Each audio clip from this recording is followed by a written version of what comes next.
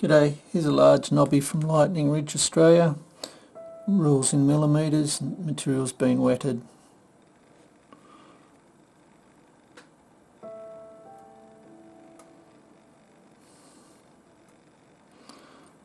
It's a bit of a gamble, this one.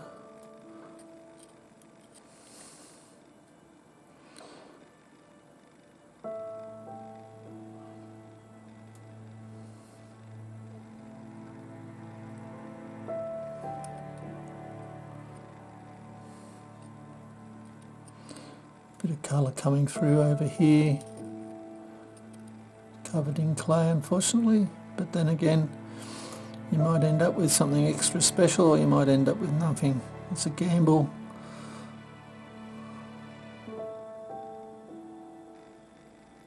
I can't see in it, so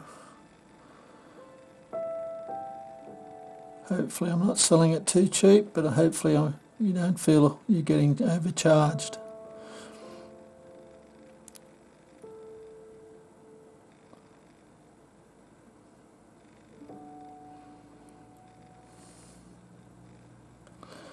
Anyway, I hope you've enjoyed. Cheers.